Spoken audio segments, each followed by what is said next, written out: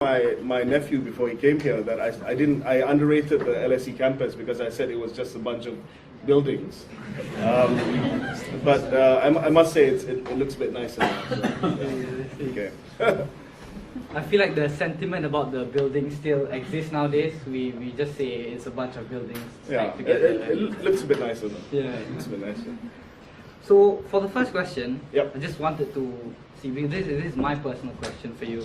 We all know your involvement with Hot FM, and we're excited to see how that goes. But you were also the VP of FAM from 07 to 10. Out of curiosity, if you were to manage a football club, like be the manager, like if you were to take over Errington Hub currently, how do you think you would do? I don't think anyone wants to take over from Eric Ten Hag right now. I think he's doing quite well. I think being a football manager is probably the most high-stress job apart from being a prime minister. And it's probably even worse because if you're prime minister, well, theoretically you get 5 years, right? Not in Malaysia, not so, neither in England. But if you manage a football club, you can be fired at any time, and you're subject to so much abuse online. Well, just like the prime minister, I guess. So in a way, it's very similar. You have to manage people, apart from managing strategy and managing on the field, but just as important is off the pitch. So managing people is really important, and that's what politicians do as well. Sure. Yeah. So By the way, I'm also now on the board of directors for JDT FC. Anyone who supports JDT. So yeah, so I've not left football completely. So it's still in your heart. Oh, yeah. I was deputy president of the Football Association of Malaysia, and I started the National Football Development Program under the Ministry of Youth and Sports, developing young football players in Malaysia. So football is very close to my heart. Sports is close to my heart. Yeah. Oh, that's nice to hear. So, diving into the topic of overcoming setbacks for a greater comeback, it seems like a complex one, but let's try to take this from the beginning. How foreign or conversely common is the arc of setbacks and comebacks in your life? Maybe you can touch a bit about your early life or career. Yeah, so I think the arc of my career has been up and down. I started in politics in 2000, 23 years ago, and I had a relatively easy start. You know, I worked with Prime Minister who ended up becoming my father-in-law, and I think that's well documented online. But after he retired shortly after I joined politics. So any sort of easy ride was dissipated immediately, and I won what was the UMNO Youth Leadership in 2008, maybe earlier than that, 2008. Yeah, I won it in 2008, and I was cold storaged because there was a new prime minister, new leader of the party, Dr. Sri Najib. He obviously thought that I had come with former PM and thought I should be put in cold storage. So normally what happens in Malaysia, if you win the leadership of the youth wing of the ruling party at that time, UMNO, you'd normally be given a full cabinet minister post. That was the tradition, a convention. I wasn't given one. I was told to sit in the corner and sort of be quiet. And that was tough because a lot of people avoided me. A lot of people didn't give me an opportunity. So I had, for those 4 or 5 years, I really had to prove. I was a member of parliament as well, and I had to really prove myself on my own. And in 2013, when we won the election again, and I won my second term as MP, then I was finally brought in as Minister of Youth and Sports.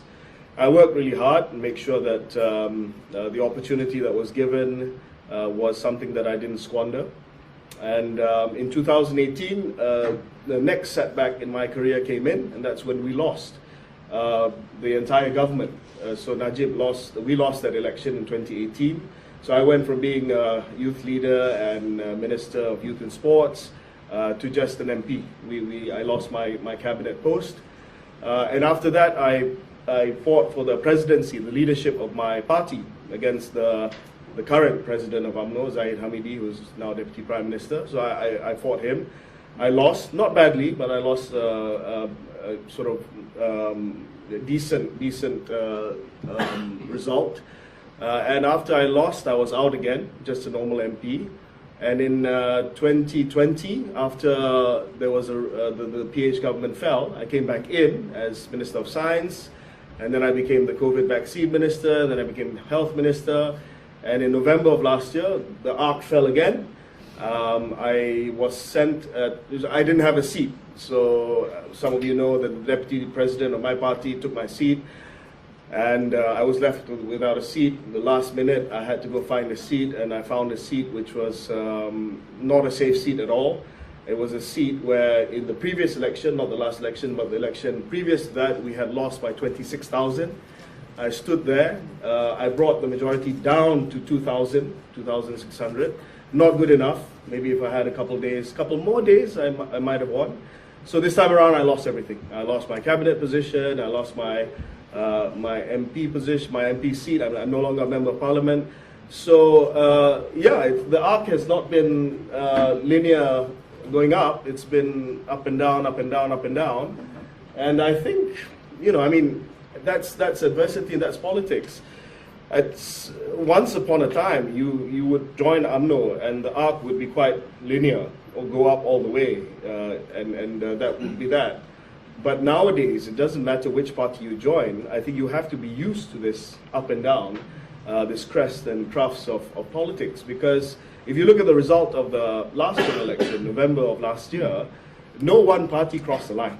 And of course, now that Sri Anwar is the Prime Minister, he's managed to bring together a coalition, a unity government, post-fact.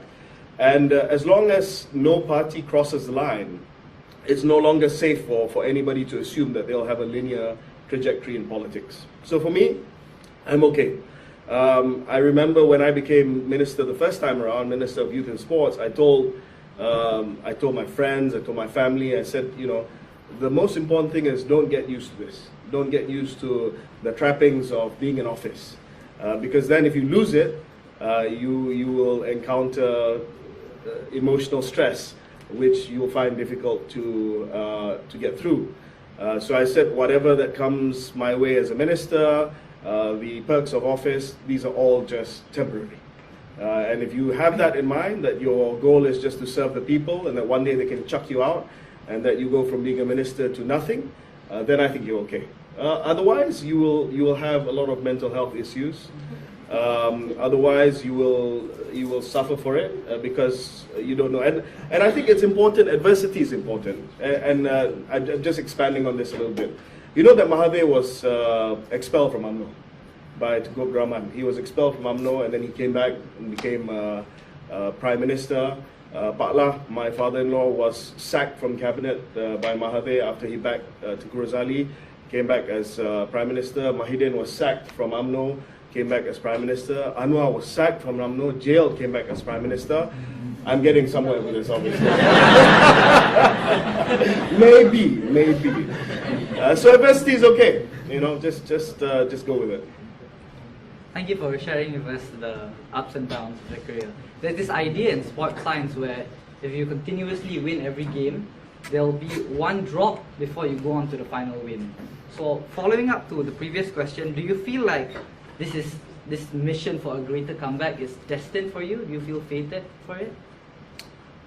I don't know. I mean, a lot of people have asked me about the big D, destined, or F, fated. It's all in God's hand, right? I mean, it's in God's hands. It's not in ours. We try our best. I did something crazy during the last election, and normally in Malaysia, or in any country for that matter, you don't announce that you want to be Prime Minister, because that just puts a big target on your back. People know that certain people want to be Prime Minister. You don't have to announce it. People knew for a long time that Rishi Sunak wanted to be Prime Minister, and he is now. I did something crazy the last election, and there was a reason for it, and I don't regret it. So I went to Sungai Buloh, as you know, huge opposition seat. And the opposition, well, not opposition, now the government, PH's campaign was very simple. They reduced the campaign to one heuristic, which is a shortcut, mental shortcut, which is if you vote for KJ, you vote for Zahid. Satu, undi KJ, undi Zahid. Now you got Zahid, padan. Anyway, and it was really difficult for me to overcome that heuristic. It's simple. It's a mental shortcut.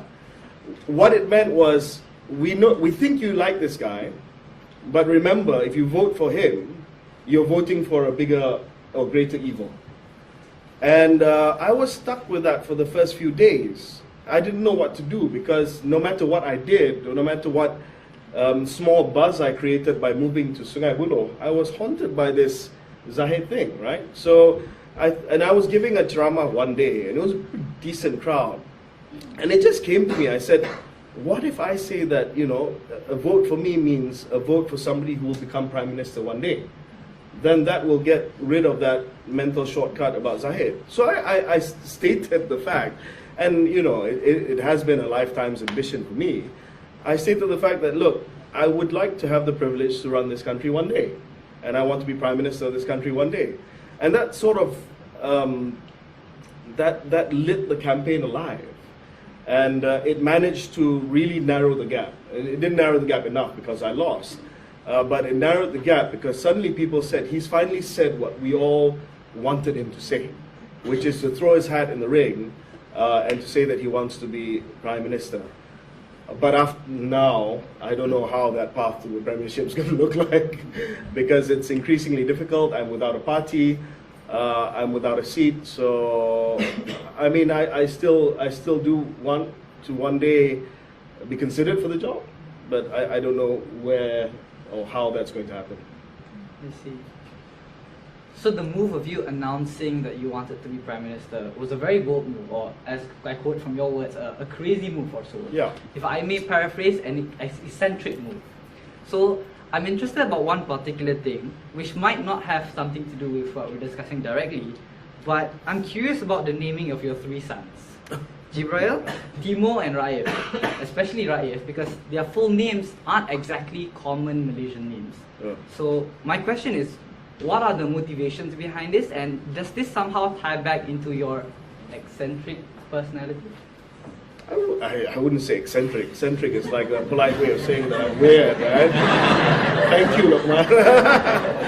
I don't think I'm weird. I mean, Jibril is nama malaikat, yeah, Jibril. I mean, that's like, okay. I know a lot of people call Mikael. So Jibril, yeah, I like Gabriel. So we settled on the Arabic version. Timur, we like the name. And Timur is quite a common name in the Middle East, in Pakistan, in Central Asia. And Raif, that was my wife. So yeah. Plus, if you have a name which is not common, then if you call them, then 10 people won't sort of turn around. Yeah. Okay, I got that. 10 Lokman, so yeah. Okay. So before we move on to the comeback aspect of today's discussion, which I'm pretty sure many people are interested in, let's talk about a bit about your thoughts on Malaysian governments. I feel like, as someone who has led 3 different ministries, you have a unique insight on this. So what do you feel are the systemic challenges that Malaysia is facing, either in the departments you have led or beyond? Yeah, so I've led 3 ministries, or 3 departments as they call it here. One which is test. One which is the second biggest ministry in government, which is health. That was the last one that I ran before the election, and I ran that during COVID.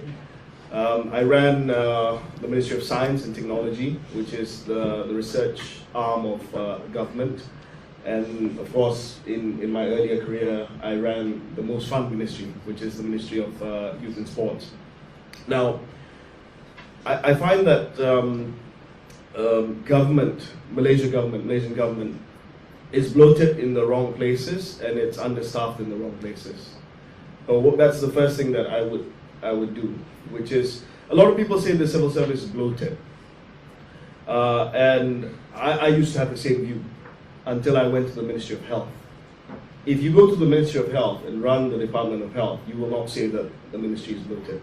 We don't have enough doctors, we don't have enough nurses, we don't have enough medical assistants, we don't have enough allied healthcare workers.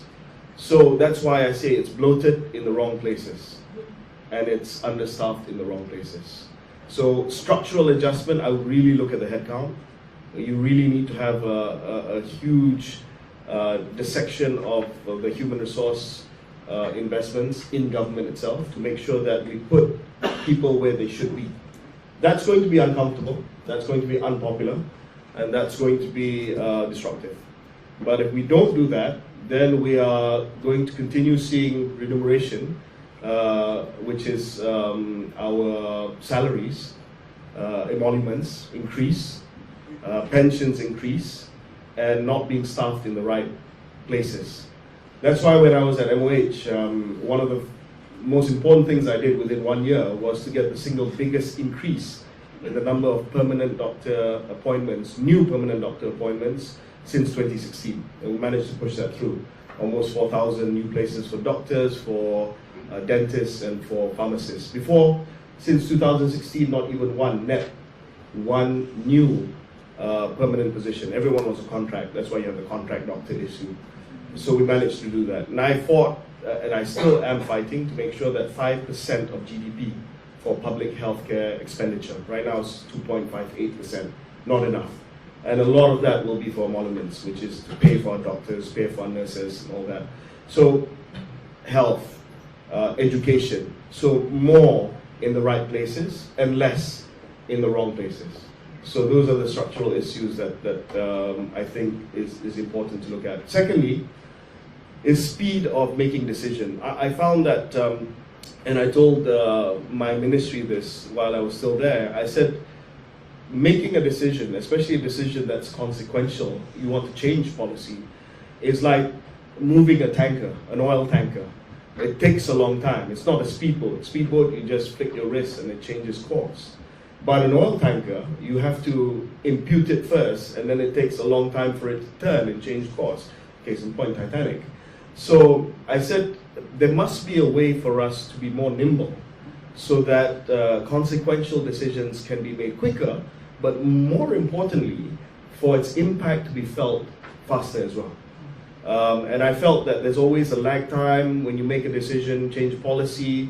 The impact is felt months after, or even a year after, or when you're not even there. So trying to make sure that the time to impact is shortened, I think is an important reform, structural reform that needs to take place in the civil service. That's a little bit of my experience, but I wish I had more time at the Ministry of Health. There were a lot of long-term issues that I wanted to look at, structural issues, investments, staffing, human resource, qualifications, etc., specialists. I didn't have time, plus I had one hand on COVID and the other hand on other health matters. So I have no regrets. I'm glad what I did within 1 year. We did a hell of a lot within 1 year. But I think had I had maybe another 1 or 2 years, then we would have had some really consequential stuff for health.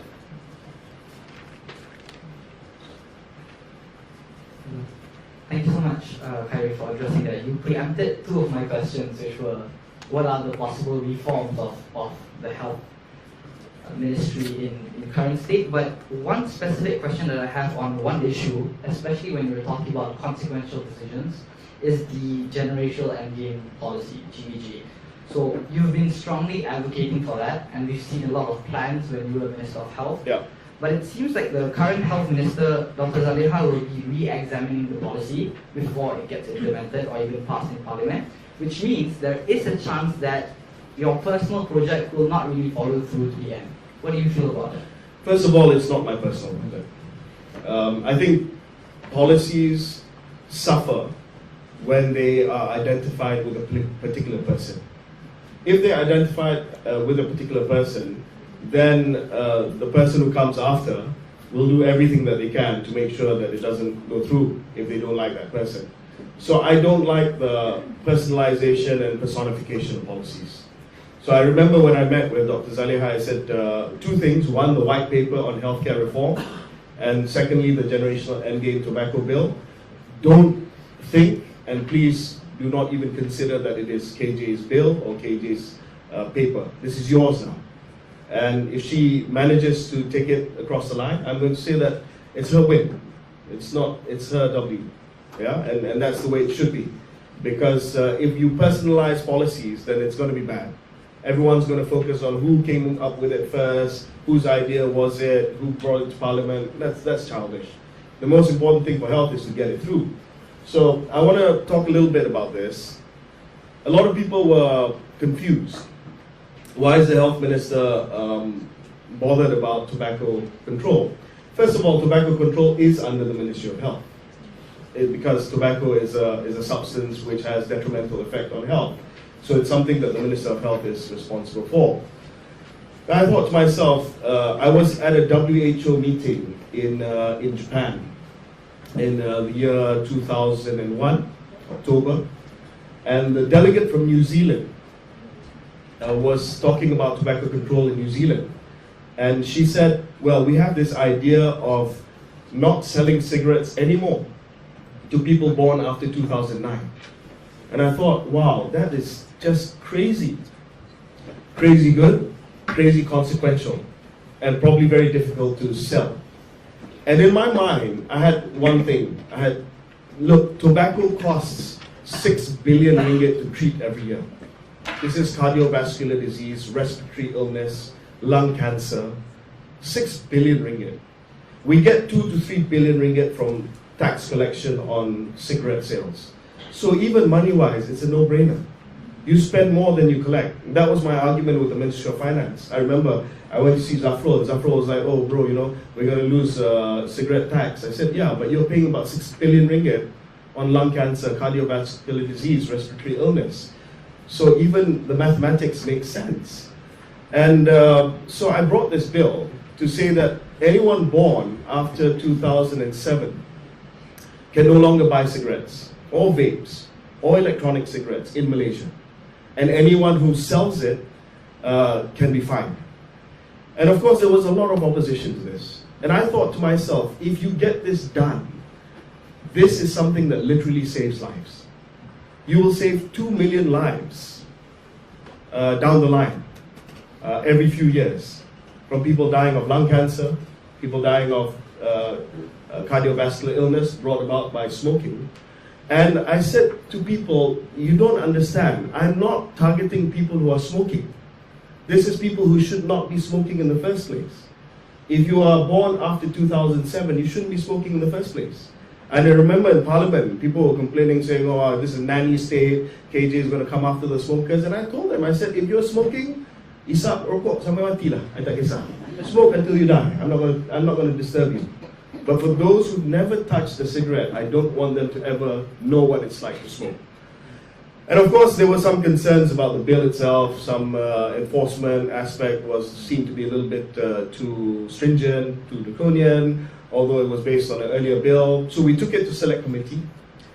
Select Committee, everyone was there. TKR was there, DAP was there, Amanah was there, BN was there, Sarawak Sabah were there. And we got through an amendment. And it was passed through Select Committee. And unfortunately, before I tabled it, Parliament was dissolved. So it was ready on the cusp of being tabled. But good news, during the budget speech, our Finance Minister come Prime Minister, Sri Anwar, said that he supports the GEG. And I've been told by reliable sources that the Minister will bring the GEG bill to Parliament. And if we pass this, we'll be the second country after New Zealand that will say no. New Zealand, there's a difference, because New Zealand's generational endgame, or smoke-free generation, you can still buy vape. And I argued saying that if you're going to shut the door on everything. Because they were saying the vape is harm reduction, it's something that helps people quit. I said, okay, by that logic, then you don't have to introduce vape for people born after 2007, because they're not smoking cigarette anyway. Vape should be for people, harm reduction, people who are smoking already. So I said, unlike New Zealand, I don't see the logic. And I told the New Zealand minister when I spoke to her, and she said, yeah, you've got a point. Malaysia's got a point, we might do that. I said it's too late. If you're going to do it now, you should shut the door, you shut the door properly. So hopefully the minister brings it, I will cheer her on, and if she brings it, then we shut the door and we save lives. Thank you so much. It's very positive to hear that the GEG has a bright future in Malaysia. Now, for the part that the audience is very eager for, we can't wait to hear about your plans for future Malaysia. Please give us an insight into the vision of your comeback. How exactly will Malaysia look like under this plan of yours? Well, I can't answer the comeback bit because I have no idea how I'm going to come back. It's going to be a long nuclear winter for me outside. I'll answer the comeback question first, and I'll answer the Malaysia in the future question second. First of all, to come back politically, you have to have a political platform. You can contest as an independent. Becomes very difficult for you to win because a lot of voters vote on party lines as well as candidates to some extent. But if you win as an independent, how are you going to form a government? You're just one person. And if you are invited to join a coalition or a group of coalitions, you're just one person. You have no leverage to say that I want to be prime minister. They'll be like, who are you? You're only one person. So you have to choose a platform. So the question for me now is, who do I choose? I've been in the same party for 23 years, guys. You know, I mean, a lot of people say KJ is young, whatever. I'm 3 years away from 50. And I've been in politics for a long time, 23 years in UMNO. And I was thrown out without even a letter, without even a message. I found out on Twitter that I was expelled from the party. No, seriously. I didn't know. I mean, somebody said, hey, you know, watch out tonight, they're going to have a meeting, you might be, I said, you know, I mean, you know, this is a party of rules. Surely I'd get a letter, a show cause letter, surely I'd be hauled up in front of the disciplinary board. This is a civilized party after all. Obviously not. So, yeah, so I mean, 23 years and I was chucked out like that. So, after 23 years, it's difficult for you to choose a new platform. Whether it's a relationship, whether it's a company, whether it's a political party, 23 years investing your heart and soul in a personal relationship, in a political relationship with an employer, it's very difficult to move on. So I've had offers from most parties. I'm not going to detail them out, but some direct, some indirect, but good offers, nice offers. But a lot of the offers have a strong sort of timeline. You know, we do it now. We need an answer now, or we need an answer before the state election. The state election coming up in July, right? Selangor, Penang, Kedah, Terengganu, Kelantan, one more. Is it? Negeri Sembilan, yeah, my own state. Negeri Sembilan.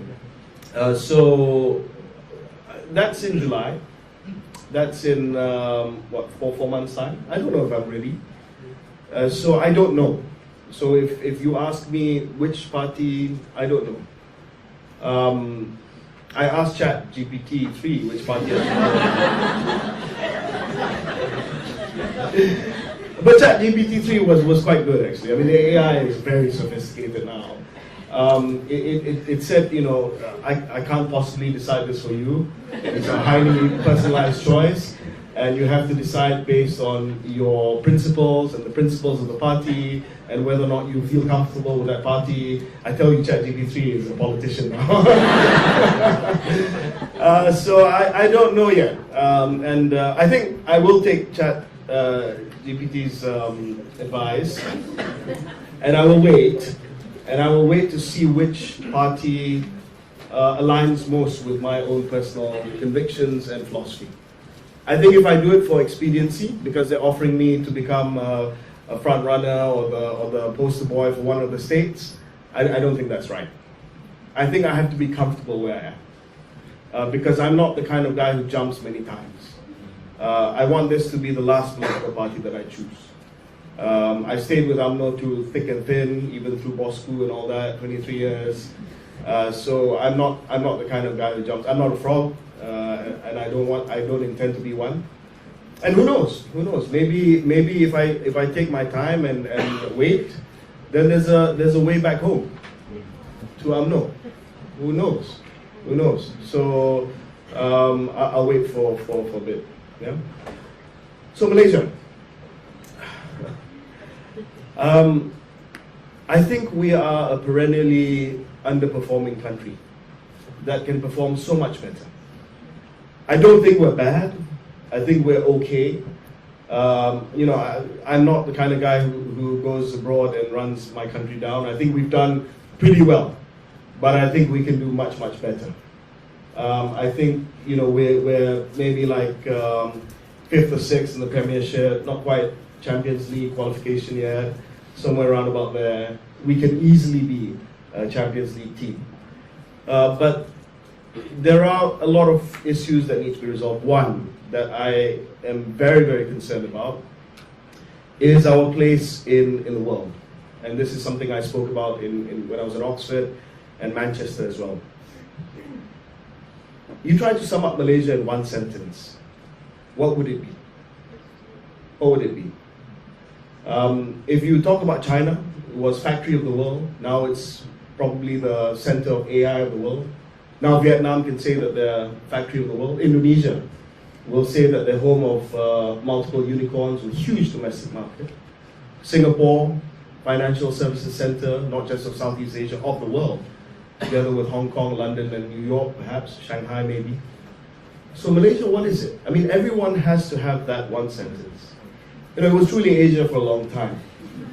Don't laugh at truly Asia. That brought 25 to 30 million tourists every year. And tourism was our second biggest foreign income currency earner. So don't laugh at truly Asia. It was genius, actually. I mean, if you are in services, tourism, it was good branding. So what is Malaysia now? And that's really what we need to think about. I think Malaysia can be positioned as a strategic and integral part of the emerging global supply chain. And I'll explain this in detail. I don't want to just talk in generalities. 1980s, we opened up Penang. Penang was a success story. Penang today is the leading place for you to assemble and test semiconductor chips. So if you look at the supply chain of computer chips, semiconductor chips, things that move everything, there's Internet of Things now, everything needs a chip now. It's tested and assembled in Penang. A lot of it is. So Penang shuts down, a lot of the world shuts down. So just as we created that particular component in Penang in the 1980s, we have to identify what is it now. What is that component now that we can do, that we need to attract people to come to Malaysia? Is it electric batteries? Is it rare earth processing? It must be something. We were working on this before the government changed, on the new investment aspiration for Malaysia, trying to identify where we fit in the new global supply chain, where we fit in a bipolar, multipolar world where this disruption between China and the United States, seeing more things move from China, capital investments from China to Southeast Asia, to Vietnam, to Indonesia, and how we can carve that out. How you make Malaysia a place where people want to come and invest, live, play, and actually grow up there. And I think Malaysia has a lot to offer. Cost advantage compared to Singapore. A lot of advantages compared to the other ASEAN countries. Vietnam's doing well, Indonesia doing well, but infrastructure-wise, language-wise, we're still far ahead. It's just that we sometimes don't punch above our weight. And a big part of it has been disruption due to politics. 2018, after Najib fell, until today, there has not been political stability. And that hampers people from making that decision. If you are trying to invest billions of dollars into Malaysia, but you've seen a succession of prime ministers 4 in 4 years, then you're going to think twice about investing in Malaysia. I think we should unleash our talent properly. and not obsess on trying to make sure that every young person has a university degree. This is something wrong that we did sometime along the way, where we told young Malaysians, go for a degree. And even people who should not even be in university ended up taking PTPTN loans, going to university, ended up without a job or underemployed, can't pay their PTPTN loans off. I made a big deal when I was Minister of Youth. I'm glad the new government is as well on TVET education, making sure that it's not just lip service, but we pay for it. We pay for the services that we get from people with TVET qualification. At the moment, if you have TVET qualification, you are employable, but your salary is very static. In this part of the world, if you get a plumber or whatever, you know it's going to cost money. So that's part and parcel of making sure productivity goes up, and making sure that incomes go up as well. And micro-credentialing. I mean, nowadays, it's all well and good having a degree, but it's so important for you to continue to upskill yourself. So micro-credentialing yourself throughout your career is very important. I put a lot of money into that to make sure that on the supply side, we have enough high-quality workers coming through. A very, very clearly defined Malaysia investment aspiration, that one sentence. I don't know what it is yet, but I'll come up with it. And also to make sure that we are comfortable in our own skin. I'm going to end with this and then we'll go for the next question. A lot of people ask me, is your vision for Malaysia a Malaysia where we don't discuss ethnicity, race, religion anymore? And I tell them no. People say that's the Malaysia that they don't want to discuss race and religion anymore. I said, no, that's not possible. For as long as you have different ethnic groups and different religious communities in a country, you need to talk about it. Because if you don't talk about it, somebody else is going to talk about it, and they may not be as responsible as you are. They may use that and weaponize race and weaponize religion as a political tool. And we've seen that here in Brexit to some extent. We saw that in 2016 in America with Donald Trump. And we can see that in Malaysia as well. So to me, as I say, look, if I want to talk about race and religion, I will. But it will be in a way that is fair to everyone. It will be in a way that is fair for me as a Malay representing the Malay community, understanding the Chinese community and their concerns, and the Indian community, the Kadazan, Dayak, all of that.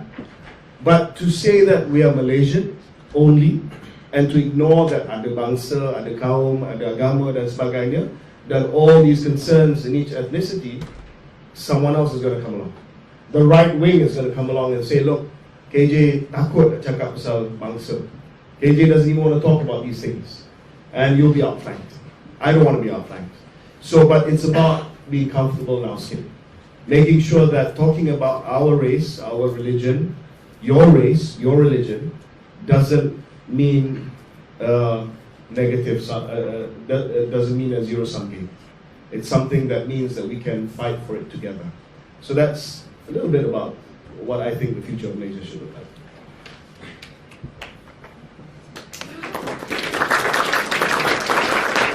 In fact, I don't think there's a guy from UMNO here. One or three. That's definitely a very promising picture of Malaysia. Can't wait to see how it unfolds. But I think the obvious question after that is, I feel that, and a lot of people believe that you are a youth icon because you held that post of Minister of Youth and Sport at some point. And even after you left it, people still attach you as you have a special bond with the youth. So, relating to your plan, how crucial is the youth in that development of the plan, and do you mind sharing the roles that you envision the youth to hold in your... We made a huge mistake during the election. We took our eyes off the 18-year-olds. The huge mistake was not giving them the vote. That's fine. We've done that already. It's okay. I remember I had this debate with, I had this discussion with Sadiq. He came to see me after he became minister. He replaced me as minister. He was an intern when I was minister. Wow. Good for him. Well done. He was a Perdana fellow. He replaced me.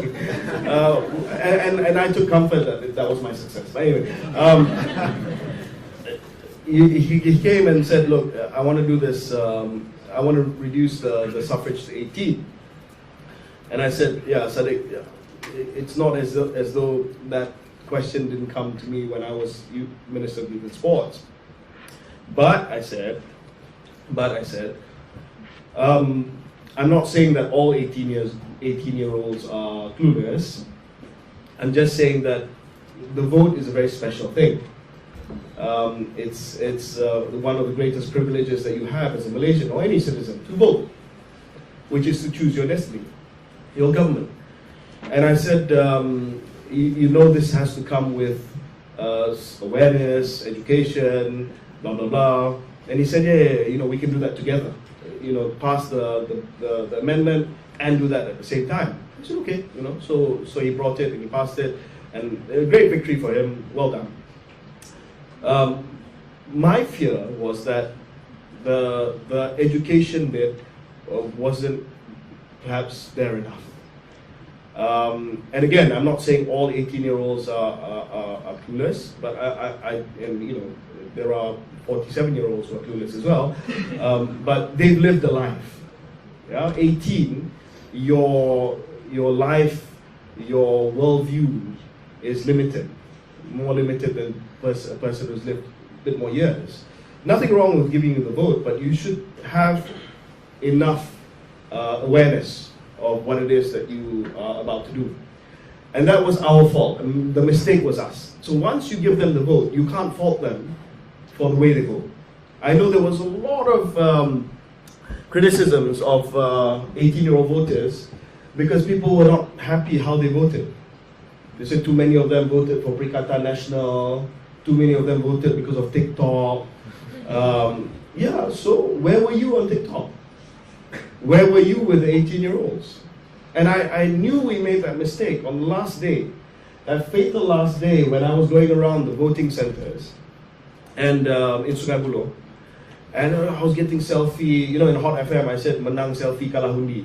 That's the new simpulan bahasa KJ, menang hundi kalah selfie. So I thought to myself, oh, ini menang besar ni, you know, so I'll get selfie and all that. And then, and I realized that the people selfieing with me were in their 40s, 30s, 20s even. Then I saw this group of people like this on the side there, you know.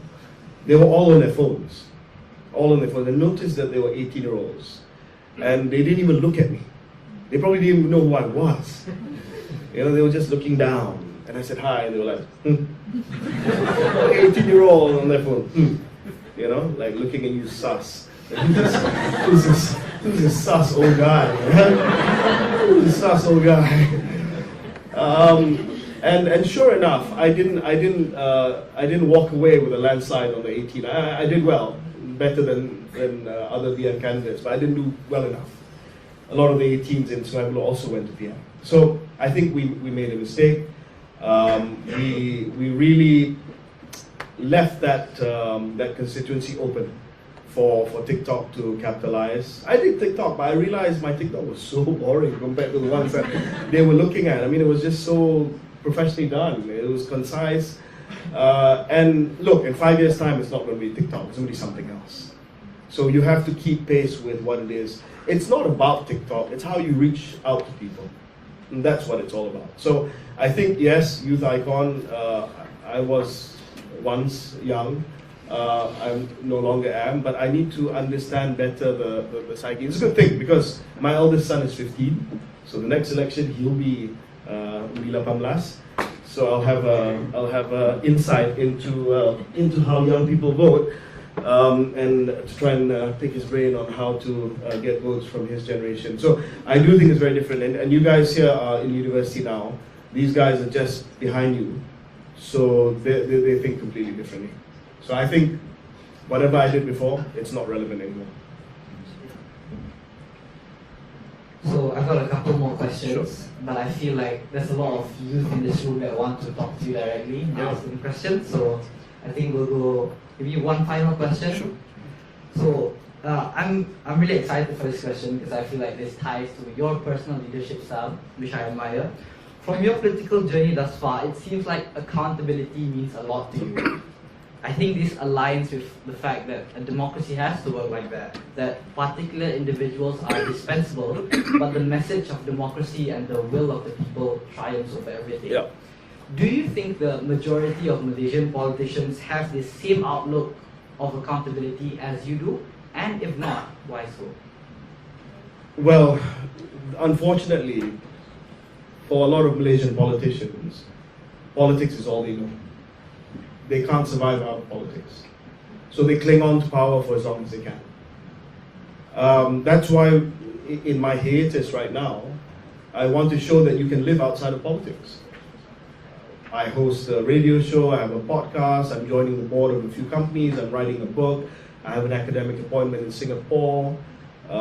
So I want to tell people that politics isn't everything. But if that's all you know, and that's all you can do, then you're going to cling on to it for dear life. And I think it's good to have people who, when they lose in politics and they take accountability for it, for them to do something outside and prove themselves outside. Then you get someone who's much more well-rounded. He hasn't been in politics his whole life. So I'm going to take this sabbatical in good faith and to try to make something of myself outside of politics. But accountability is a tough thing. I was thrown out of my party. Whatever the official reason was that's been given, which is all rubbish. I was thrown out of my party because I asked the leader of my party to be accountable for the single worst election result in our party's history. That's all. You imagine a party that for 60 years ran a country has now been left with 26 seats in parliament. And he himself won by only 300 votes in a seat that he's been representing since 1990s. That's his stronghold. All I did was to say, look, you have to resign. And I tell you something, after 2018, I was the first one to ask Najib to resign. It was a closed door conversation. UMNO leaders. I said, sir, you have to go. And he was gentleman enough to resign. This guy is something else, man. No, I mean, look, whatever you say of Najib, he resigned. I remember he was annoyed with me. He was really pissed off because I said, you have to go. If you don't go, I will have a press conference as the leader of UMNO Youth asking you publicly to leave. Then he said, don't do that. He said, give me time, I'll resign. I did the same thing this time around. This guy he didn't get the message. It's the right thing to do. So when he refused, dia buat tak tahu, he refused because he wanted to be DPM, and then he managed to become DPM, okay lah, fine. So I thought to myself, if this guy is damn thick-skinned, he doesn't want to resign, then at least throw it back to the members. We're having UMNO elections. You tak malu, tak nak letak jawatan, then at least masa pemilihan UMNO, you bagilah the members to decide whether you should continue to be president or not.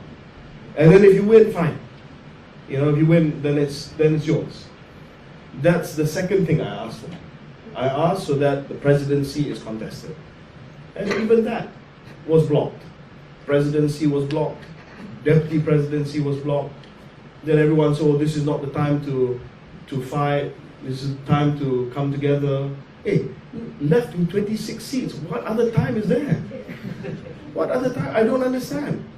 When we win big, that's not the time to fight for presidency. The president dah menang besar, tak boleh sentuh presiden. Kalah tu, oh tak boleh sentuh presiden, dah kalah teruk. It's madness. Insanity. I mean, literally, not the party as a whole, but the leadership of the party have lost their minds. Completely lost their minds. So it shows a serious lack of accountability and self-awareness amongst the leadership of my party. So to me, I know his strategy. His strategy is to drag this out as long as possible. People forget, court case goes away. He's deputy prime minister. People get used to him becoming deputy prime minister. But it doesn't take from the fact that you have to be accountable for the single biggest catastrophic loss in the history of the party. If it was me, I would have resigned on the first day. Gone. Thank you so much. I feel like what's most admirable about your philosophy on accountability is that you're willing to apply that same standard to yourself. Because a lot of people hold them to high standards, but when it comes to their personal decisions, they're not willing to take it. Alright, I think that's all for the moderation session. Now I'll be opening questions to the floor. Yes.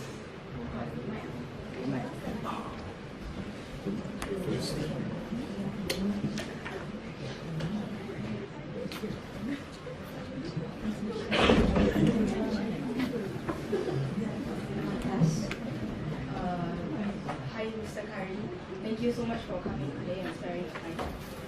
You've been a true role model throughout my high school years, and honestly, before I ask my question, my name is Blaze, and I'm a second year accounting finance student at LSE.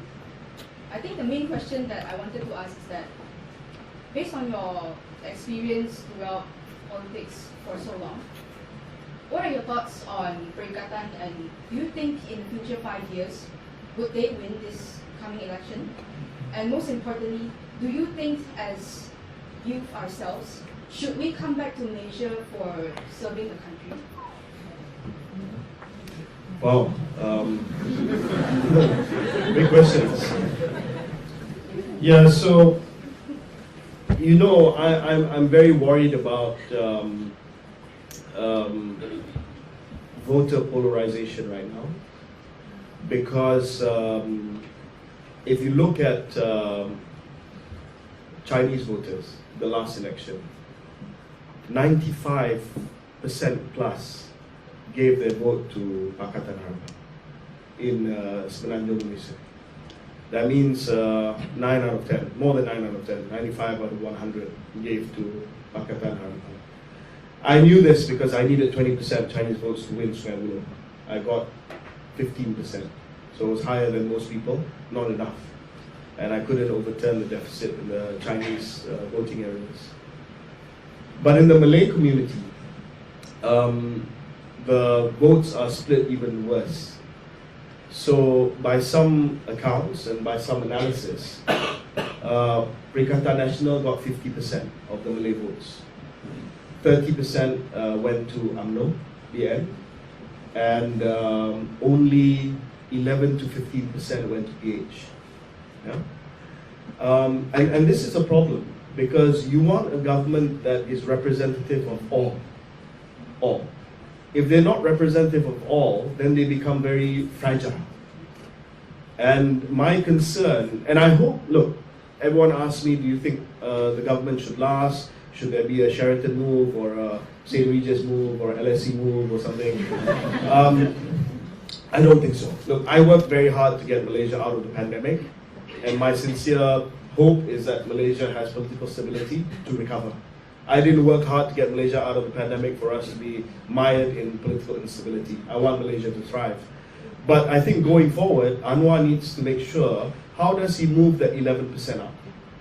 If he doesn't move that 11% up, he continues to become a prime minister that can't cross the line, that will rely on other parties, even UMNO, Sabah, Sarawak. Perikatan Nasional sits at 50, but the problem with Perikatan, I've told my friends in Perikatan this, I said, you can't even get 5% non-Malay support. At the moment, you are the champions of the Malay vote, but there's nothing, you don't have a party that can get Chinese support or Indian support. You have Gerakan, you didn't even win one seat. So to me, it's very, very concerning, because when it's split like this, then what I spoke of earlier, race and religion, but weaponized, can happen. And that's when Perikatan, if they are not careful, can seize that opportunity by weaponizing race and religion as issues to galvanize the Malay vote, capture the rest of the 30%. If they get up to 70 to 80% of the Malay vote, Perikatan Nasional, and 90% of the Chinese vote goes to PH, then you've got a problem. So I think Perikatan is going to sweep through the state elections in Kelantan, Terengganu, and Kedah. That's a foregone conclusion. I think I'll be surprised if UMNO can even win 2 or 3 seats. Penang, definitely the majority will come down, because Perikatan will grab the seats in the mainland. Selangor is now in play because a lot of seats in the urban areas have fallen to PAS and to Bersatu. So my calculus going forward is how my small contribution can readjust this calculus. So that it's not a Malay opposition against a non-Malay supported government, because that's not good. Yes, Anwar is there, the Prime Minister is Malay, but the undercurrent, everyone knows the undercurrent. And if you look at the results that came out from Sina Harian and Sin Chujito lately about the polling, it shows very clearly that the Malay ground has not shifted towards the government. So these are undercurrents that are very dangerous in a multi-ethnic society like Malaysia. So to answer your question, I think PN is here to stay. I've always maintained that PAS is always the party to look out for. PAS is an Islamist party. Islamists everywhere in the world play the long game. They don't expect to win today, but they expect to win one day. So Islamists, long game. So they go through ups and downs, but PAS is a force to reckon with. Bersatu rides on PAS a bit, but PAS has always been. I've watched PAS since the 1990s, and they are formidable.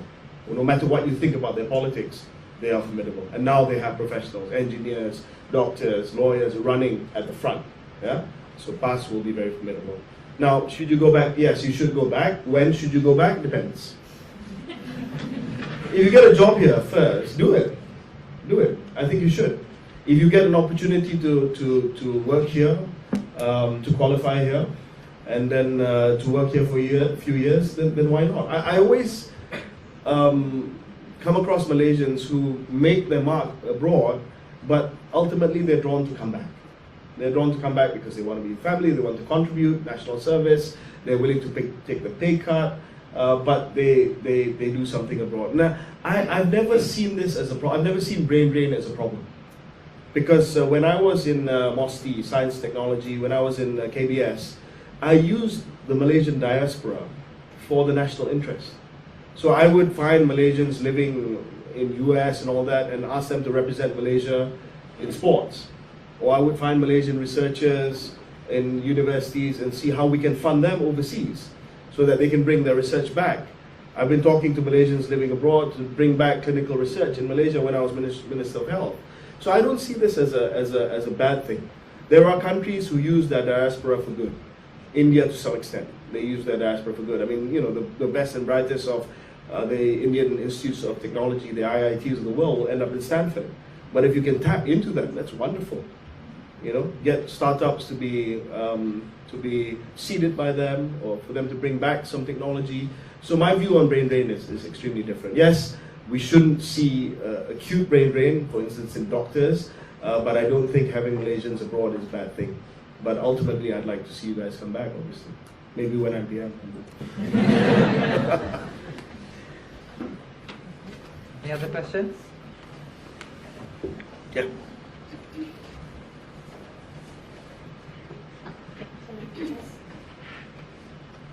Hey Khairy, Hi. Welcome to LSE. My name is Villery, I'm from Sabah. I'm currently doing a master's in HR. My question is about Sabah. Sabah must be miskin, like it's the poorest state in Malaysia. So even we change government, we are still the poorest state in Malaysia. While I acknowledge that Sabahan politicians are rubbish, what do you think that can be done to improve the economic disparity between West and East? I think the talking has been done. And one good thing after 2018 is that we finally got the talking done. Before 2018, there was a reluctance to even revisit MA63, a reluctance to acknowledge the spirit of MA63, which was to view Sabah and Sarawak and then Singapore as an equal partner to the whole of Semenanjung Malaya. So I think the talking has been done. Everyone agrees on this. Now it's show me the money. Now it's show me the money time. So I think there was a lot of progress during Mahyudin, Ismail Sabri. They increased the allocation to Sabah and Sarawak. Anwar has promised to do more of that, and I think that that really, it's not, everything is not about money, but in this case it is. In this case it is. We need accountable mechanisms though to make sure that the Sabah government uses the money well. But that's not for Semenanjung to babysit. I think the Sabah government and Sabah people must hold their government to account. So if suddenly you get an influx of more money, then you have to make sure that your politicians are less what you said they are. I'm not going to say that. I have friends there. And that they are accountable. But one good thing is, and I'm going to answer this question in two ways. One is MA63. The other thing is the devolution of power. So when I was at Ministry of Health, there was a paper where we administratively devolved power to the Sabah and Sarawak state governments, so that they would appoint their own Director General. We would give them the money and they would decide on how they want to spend. And I presented a paper to the Sabah and Sarawak governments about what KKM then wanted to do to increase healthcare in Sabah and Sarawak, which they were happy with, and which I said, this can be part of the devolved healthcare between Sabah and Sarawak. So I think that's political will, to make sure that you're willing to let go of a bit of power. Third is politics. So I think Sabah is catching up, because they saw that GPS is the way to go. No. They saw that GPS is the way to go. Yeah, they saw that GPS is the way to go. So when Sabah saw that GPS structure is the way to go, maknanya tak ada parti Semenanjung. It's gabungan parti Sabah macam GPS di Sarawak. They felt that that was the right structure. So that's what Haji is doing now, essentially. We're coming up with GRS, and then parti-parti di bawah GRS. So you pull the umbilical cord between Kuala Lumpur and Sabah, which I think is good, so that the Sabah gabungan Sabah will fight for Sabah issues only, no matter who the Prime Minister is. So I think it's a good thing, because it's high time that Sabah and Sarawak have their due share, and I think it's a good thing that they are power brokers right now, and use that power for as long as you have it. I will tell you that as a Semenanjung person, and make sure that not much interference from party Semenanjung, and get your stuff done. You deserve it. Okay? Yes, at the back.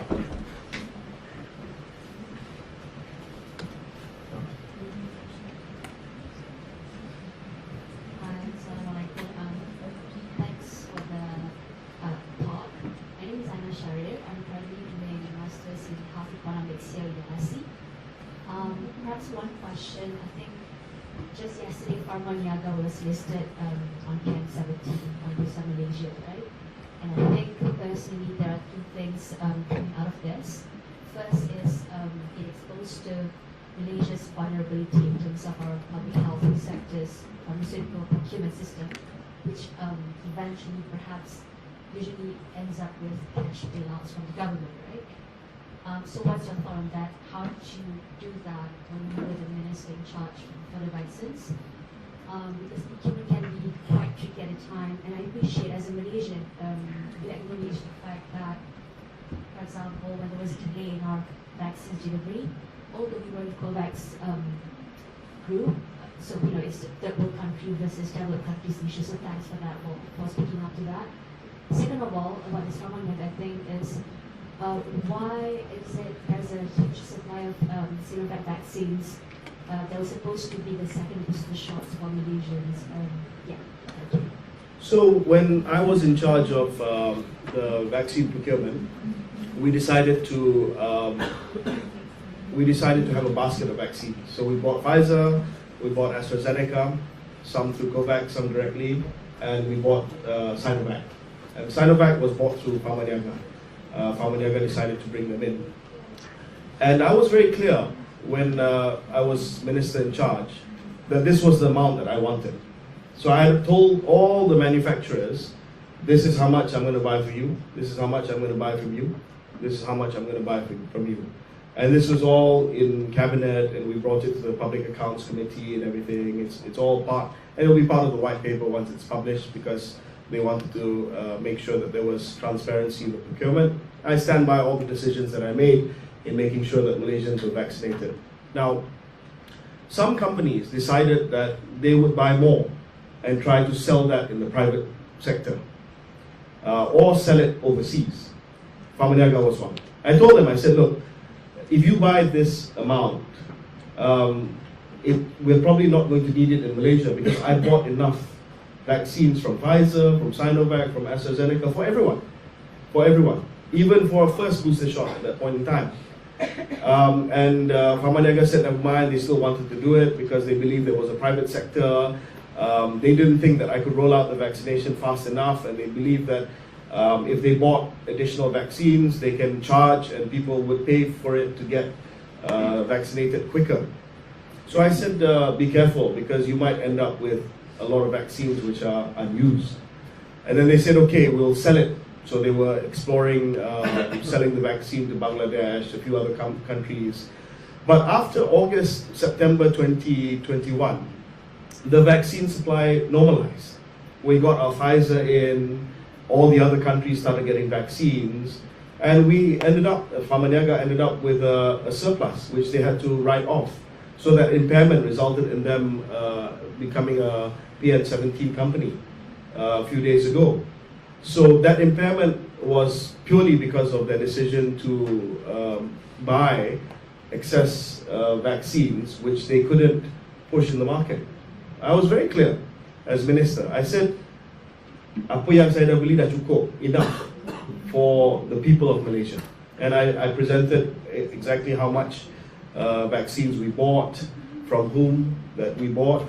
And then I said, above and beyond this is going to be your call, your business call.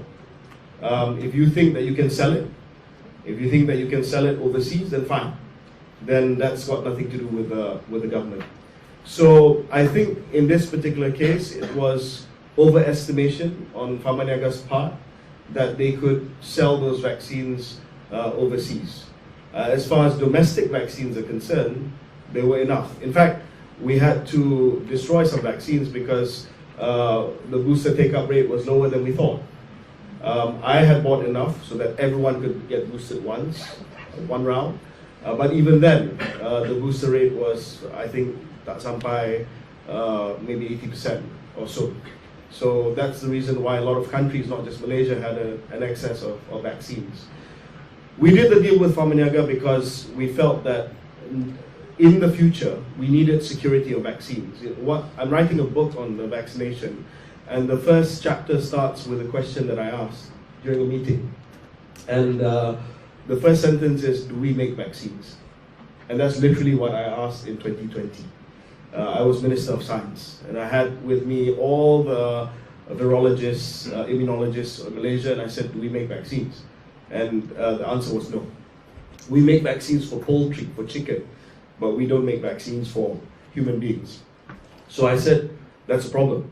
We need to find where we can get the vaccine. So we had to find the COVID vaccines. But in the meantime, I said, how do you make vaccines? So I had a crash course in how you make vaccines. So I said, the best way to plug into the vaccine supply chain is to focus on fill finish. Fill finish is basically filling the vial and making sure the vial is finished. That part of it is actually quite technical. It requires PSL3, facility, GMP, blah, blah, blah. So I said, Pharmaniaga, why don't you do a deal with Sinovac? You fill finish. That was supposed to be what it was. Pharmaniaga decided, apart from fill finish, let's buy more so we can sell in the private market. I said, private market, no need, because that's quota. And then they said they want to sell. So, I mean, kind of long story short, perhaps bad foresight, bad planning, it resulted in that. But I think they'll have to take the hit. They've made the impairment, and that's just the way it is. I think a lot of companies overestimated demand for vaccines. We didn't know. We thought at first, people will be vaccinating themselves every year. Now nobody talks about COVID vaccines anymore. So things evolve. The guy in front, yeah.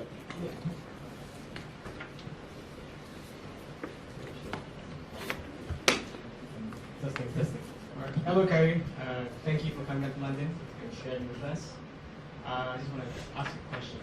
So, prior to your dismissal from UMNO, I'm sorry I have to shine the light again, but there were talks about you pushing for a moderate UMNO. Some people even doubt a progressive UMNO. Some people even consider that to be an oxymoron of sorts. So my question to you is, what does progressive UMNO entail or look like? I think what UMNO is supposed to be right now, by necessity, has become a moderate UMNO because it's in a government with DAP, it's in government with PKR, so they've had to temper down their ethnocentric voices within UMNO. It's not just all about race, religion. That's really been surrendered to Perikatan National, PAS and Bersatu. So maybe UMNO gets outflanked there.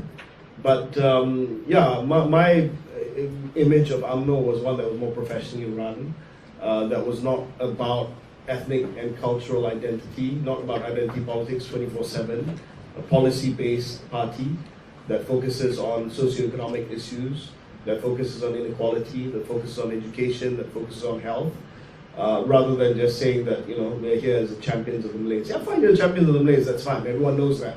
You don't have to shout that on the top of your scream at the top of your lungs. But it's all about turning UMNO into a policy-driven machine. That was my view of what I wanted UMNO to become. There were two there, and then we can move our way here. We'll take those two together, and then I'll move to the gentleman in the middle. Yeah, at the back.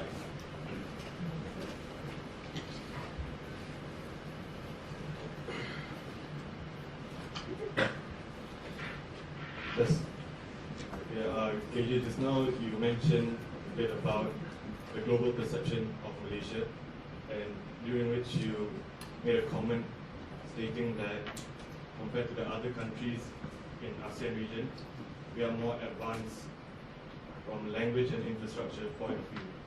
I want to combine that with something you said, something we talked about earlier, that a lot of Malaysians studying overseas are thinking of staying there.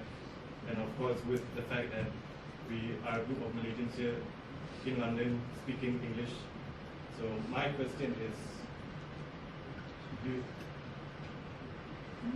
to what extent do you think it's important that we move towards speaking English, and do you see that having a big impact on us progressing as a country? So again, let me rephrase that. To what extent do you think the preservation of Malay as our national language is preventing us from moving forward as a country? Okay. And to what extent would you sacrifice that cultural background for us to move forward? Thanks. I'll take two questions. Yours. Sure. Yeah, so my question is basically whether or not Malaysians should be concerned with the fact that our current political system seems to attract people to enter politics or even declare their ambition for premiership without having a clear plan, and whether or not politics is attracting the right people or whether or not it has begun to attract people for all the wrong reasons. Thank you. I think it's good when the barriers to entry to politics are low. I don't think that they should be high. I think the best sorting mechanism for politics is voters.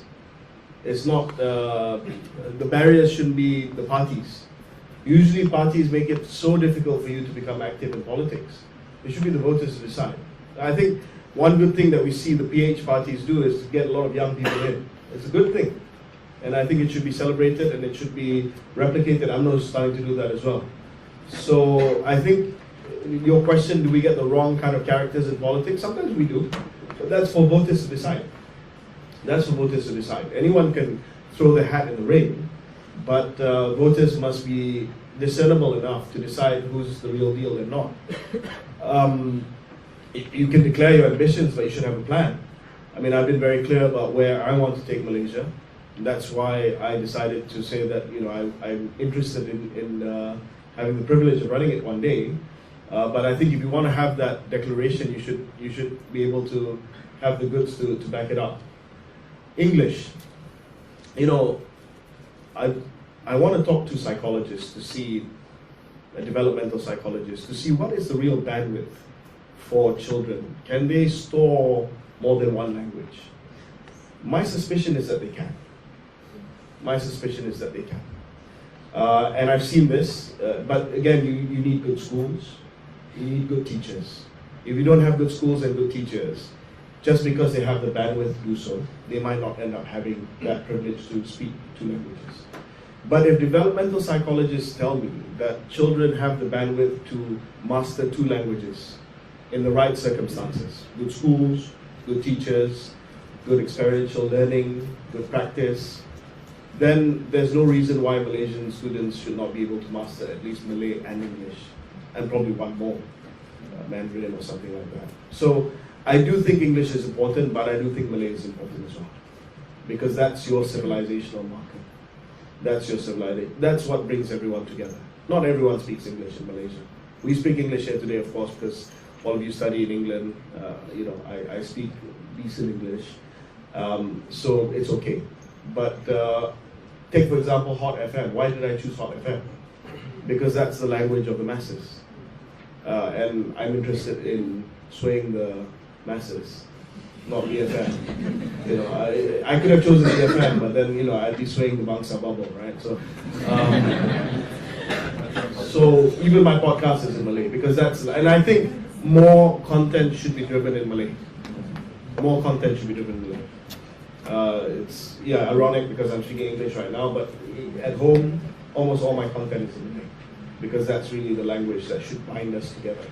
And I want to see more young Malaysians, whether you're Chinese, Indian, Malay, whatever, speaking Malay to each other. We're not like Indonesia. If you go to Indonesia, they all speak Indonesian. You see the Indonesian students here. They're Chinese, but they're talking Indonesian, because we didn't have that. We didn't go for assimilation. Indonesia, they went for assimilation. Nama pun nama Indonesia. You don't know their nama dia, Indonesian name, but they're Chinese. We went for integration because we believe celebrating diversity, unity in diversity. We believed in celebrating everyone's. But the downside to that was that a lot of people didn't bind to a particular thing. So I think we need to bring that back. Language is one thing. I think Malay should be in again as far as binding us together. Gentleman there, and then you in the front, then Dragon.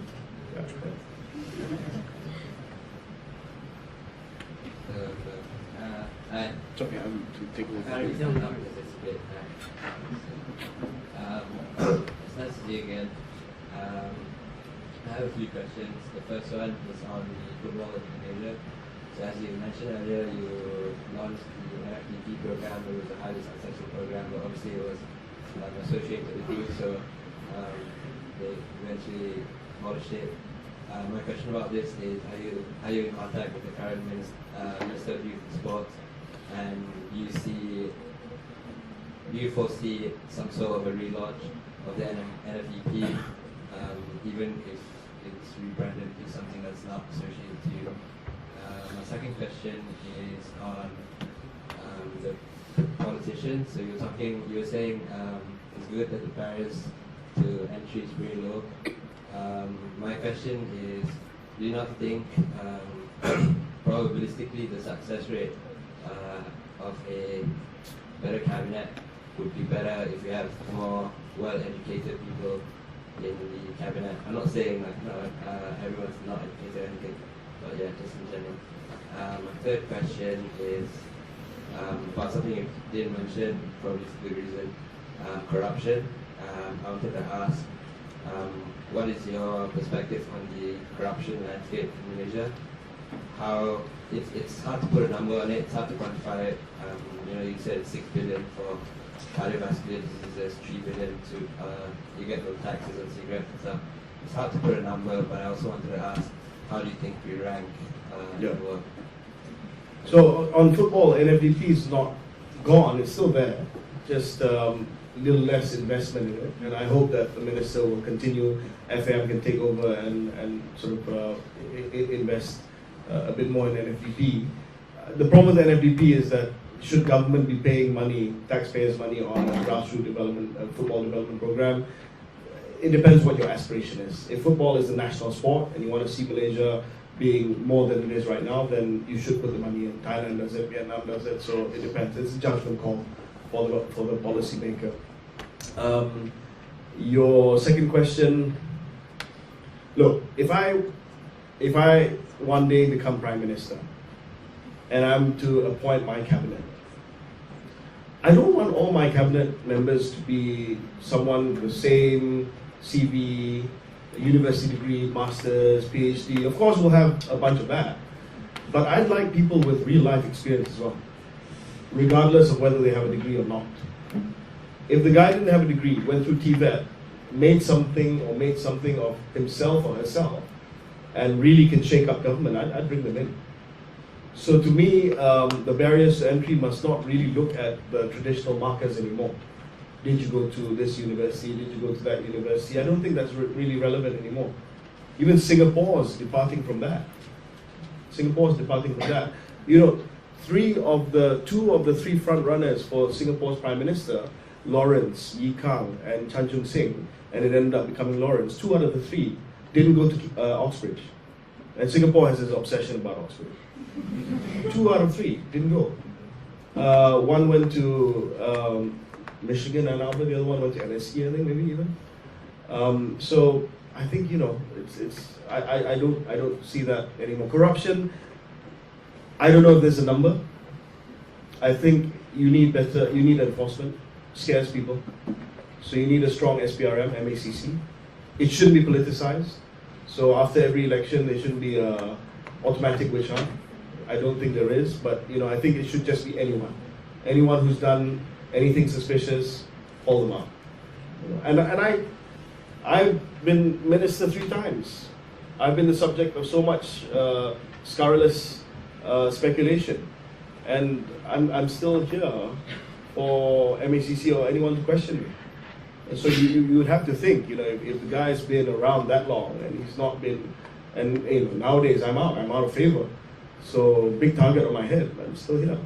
So I think you have to normalize the fact that once you're no longer a minister, you're fair game. And that will scare the living daylights out of you and making sure that you're not corrupt. Okay, yes. Over here, we take 2 questions, yes, yeah, together. I have 3 questions. 3 questions, yeah. Maybe make it succinct, and then you can pass it to him. And then we can have a couple more here, and then we can wrap things up. Yeah. Hi, my name is Michelle. I'm a medical researcher in Imperial College London. So my first question is, as a medical researcher, I'm deeply concerned about the lack of support for medical research in Malaysia, and I think this may have consequences to the healthcare in Malaysia. And compared to other countries like United Kingdom, Malaysia's research output and opportunities are falling behind. What are your thoughts on this issue? And my second question is, also you earlier mentioned about the lack of doctors, nurses and other medical professionals. Why do you believe there's a reason for this shortage in Malaysia? And number 3 is following up from the question previously about like experiences. It's quite difficult for people to just get work experiences, for example, without having certain degrees. How do you think we can, tackle this issue as well? Okay, thanks. Yeah, maybe move that. I'll take it together. First of all, thank you for being here, Khairy. I'm a first year student here. So my question is, what are your thoughts on the legalization of marijuana in Malaysia? Okay, I'll take the 3 first. Yeah, what medical research do you do? Just out of so I interest? work in the rare blood disorder, immune thrombocytopenia. Okay, is that clinical research? Yes, Okay. I work with patients. Okay. One of the things I did when I was Minister of Health was to put clinical research front and center. Yeah. So I wanted to make it easier for clinical research to come to Malaysia, both industry-led as well as academia-led, by reducing the regulatory barriers to research. Sometimes it's a regulatory issue of doing clinical research, by linking up with Malaysians overseas. So Professor Masiza in Oxford, for instance, does clinical research in cardiovascular diseases, but also to throw more grants for clinical research. I feel that there's a lot that we can do for clinical research in Malaysia. One, to attract, because we have the biggest genetic diversity in probably Asia or the world. In Malaysia. We have very competitive costs. We have fantastic principal investigators. The question is money. So it's all about pushing for the money. And I think that's a big issue as far as research is concerned. But there are great CRTs in Malaysia, clinical research centers in Malaysia. I'm not sure whether what you're looking at there is in Malaysia right now, but we can take this offline if you like. Secondly, why it's been chronic underinvestment in our public healthcare system. Dah lama dah, actually. You know, so one thing I asked is by the year 2035, if I'm not mistaken, I have to fact check this. How many specialists will we be? What's the shortage of our specialists in Malaysia? And they crunched the numbers overnight. They came back and said, KJ, YB said, we will have a shortage of 7,000 specialists. Tak cukup. So I said, you have to do something about it now. If you don't do something about it now, then in 10 years' time, what are you going to do? It's too late. It takes 10 years to train a specialist. Well, 7 years plus to train a specialist. So you have to do it now. Not enough places, not enough supervisors, not enough master's program, not enough parallel pathways with international universities. So I said, come up with a plan. Of course, we lost after that, so I don't know what the plan is. But the point is, I don't want to kick this problem to the next minister. I said, you have to tell me now. And I hope they tell the minister now. Problem with Ministry of Health is that the minister always kicks it down to the next minister. It's not my problem, kick it down, you know. We'll just make do with what we have. No, you cannot make do with what you have. We have to fight for more for the Ministry of Health. So your third question was? About work experience. Work experience, yeah. So we do want to change the perception of employees in Malaysia.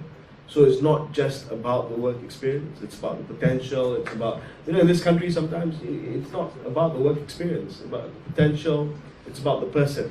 So that's, I think, changing slowly. That's changing slowly. Not fast enough, clearly, but slowly it's changing. It has to change faster. Marijuana, cannabis. I spoke in Manchester, UKC about this. It's not about cannabis. It's not about cannabis. It's about evidence-based decision making. That's what it's about.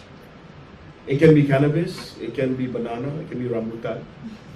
If that thing shows that it has the efficacy and safety to treat certain things, then it's a go. That's all. And my point was simple. I mean, a lot of people, when I went to Thailand and I was holding the ganja plant and all that, everyone was saying, you know, this is it, let's go crazy, you know, KJ's the best, 420, whatever that is. I said, no. You know, Thailand, I went to Thailand at the invitation of my friend, Minister of Health, Deputy Prime Minister Khun Anutin, and great guy, love him. But I told him, I said, hey, you know, Anutin, I said, you went too far too fast in Thailand. Case in point, this was last year before they relaxed it even more. It was just meant to be used for medical purposes. But Khun Anutin in Thailand allowed you to grow plants at home. So I asked him, I said, hey Anutin, how do you know whether they're growing plants for medical purposes or not? And he's like, we don't know. So I came back and I said, no, I said, it's been great going to Thailand, but we can't go down that route. Because I'm not interested in legalizing recreational use of marijuana. That's a no. That's a no for me. Medical use of marijuana, yes. Because if there's emerging evidence saying that it's effective or efficacious in treating all these indications, then why not? It just becomes like another medicine. You've been using morphine for how many years? That comes from an opioid. That comes from opium. Used another way, it's heroin. Used another way, it's morphine. Same with the marijuana plant. If you use it in a particular way, both the THC and the CBD, and it binds to your CB1 receptor, it can help with pain management. It can help with insomnia. That's all I was saying. And once the evidence is clear, then we educate the doctors to say that, look, the evidence is clear, you can prescribe marijuana, only prescription, and that was it. So it was not. And by the way, just to find the final point to this, it's nothing new. In 2014, we registered a drug called setbacks. And it's a marijuana-based medicine to be used for patients with multiple sclerosis. And it was taken off by the distributor themselves, but not the market. The doctors didn't want to prescribe it. So we've had medical marijuana already in Malaysia. Our framework allows for it.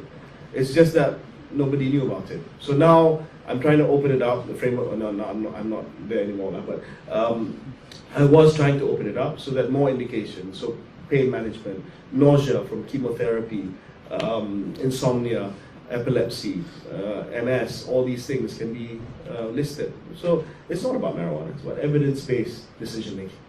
Okay, maybe we've got questions, a couple more? Final 2 questions. Final 2 questions, okay. Yeah, great. Final three. We'll do one round, one sweep. Assalamualaikum. Salam. My question is, you really care a lot about accountability. Accountability seems to be the thing that you really go for. But if I'm a voter, how can I trust you, number one? And number two, what kind of reforms would you like to see to ensure that leaders are accountable?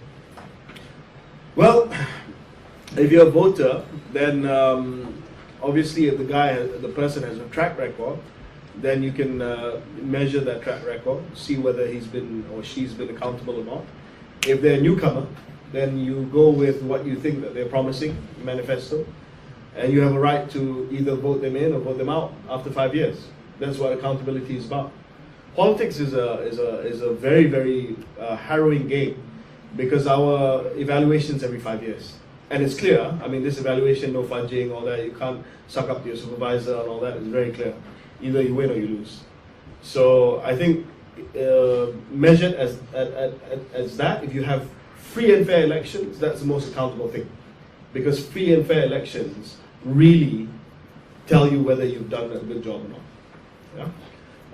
And what was your second question? What would be the institutional reforms to ensure that the leaders that you elected will not shirk on their... I think we should have a strong parliament. I think we should have a very, very strong parliament. I think if you want to introduce new policies, you should get parliamentary support.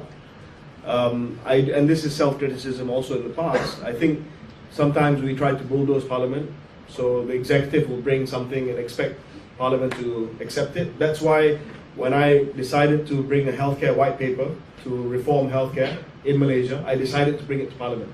And I hope Dr. Zaliha does it. Because if I said, kalau di Kementerian Kesihatan saja yang buat, and then parliament doesn't debate it, then it's not going to get buy-in.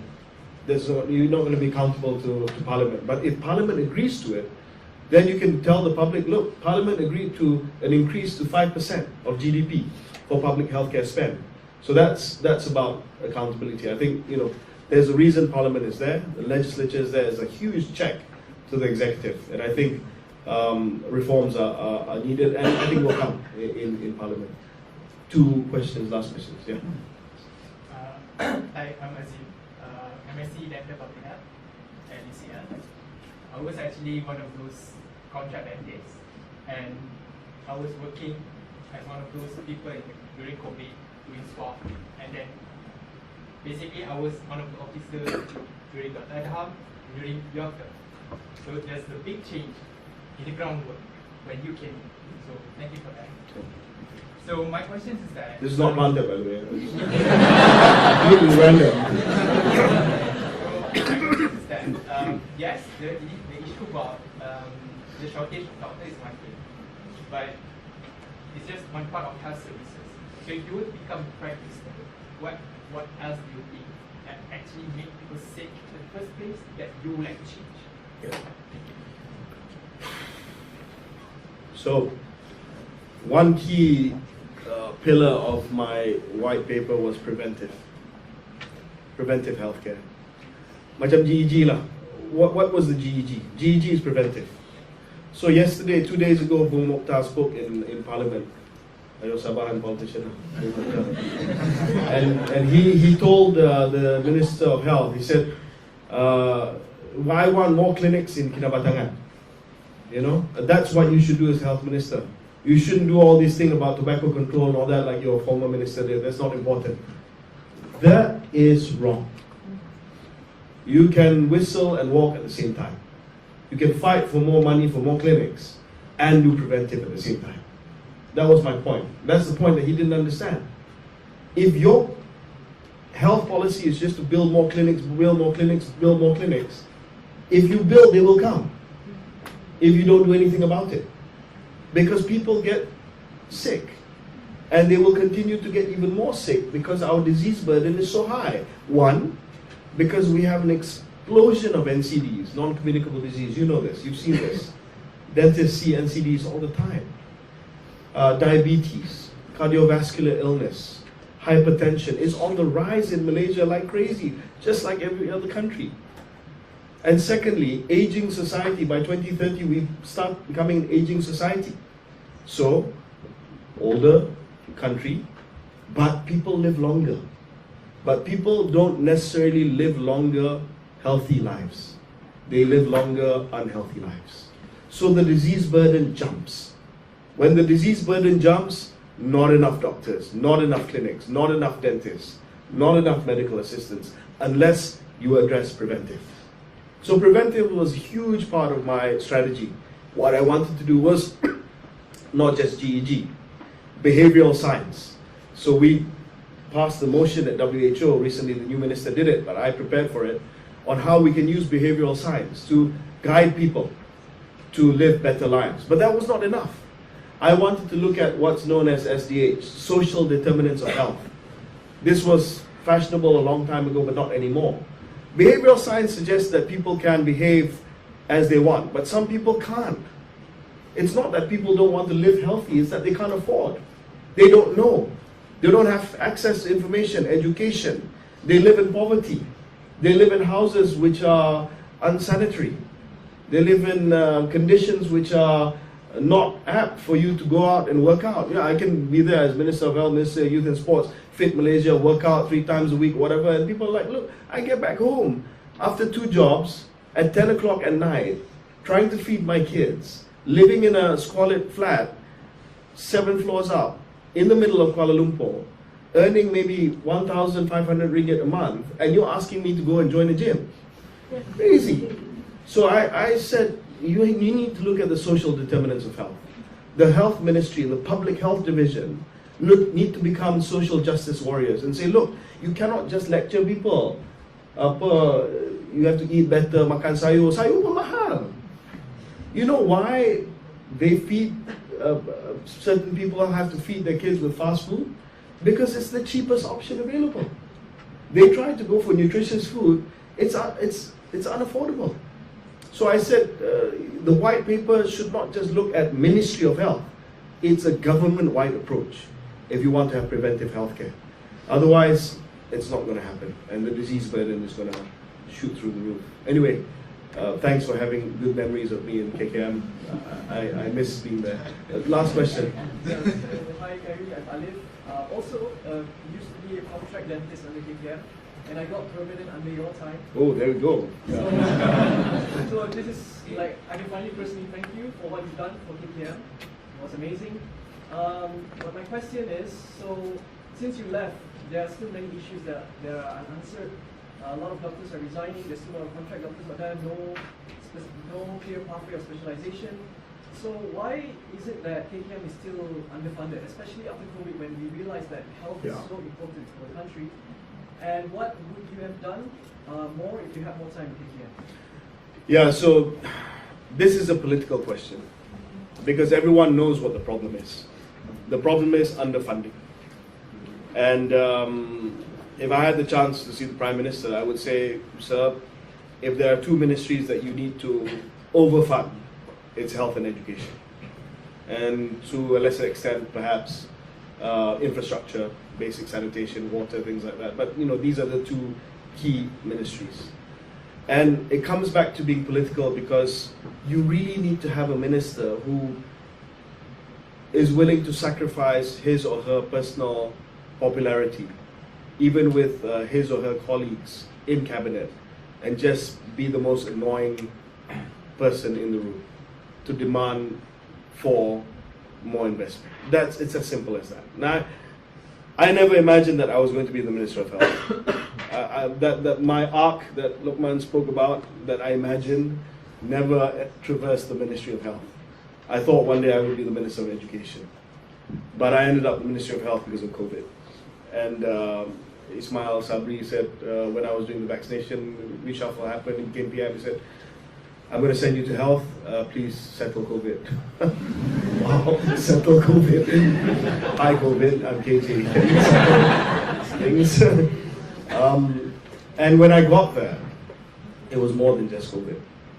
I mean, I only have the utmost gratitude and respect for what you guys do.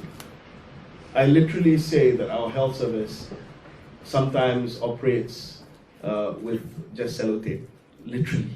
I've been to emergency departments where literally the CT machine is kept together by sellotape, and these guys keep it going. They keep it going. You're seeing the problem here at the NHS. It's not just Malaysia, here as well. So I think you need to have big political balls to go there and to fight for it. And that's what cabinet's about. You fight for yourself. You fight for your ministry. That's what I did. I only wish for the best for the new minister. I don't look at the new minister and rasa jealous or iri hati or whatever. I pray that they succeed, that she succeeds, because I want the ministry to succeed and I want Malaysia to succeed. And coming back to the talk, it's always been my fervent hope that this country, Malaysia, our country, fulfills its potential.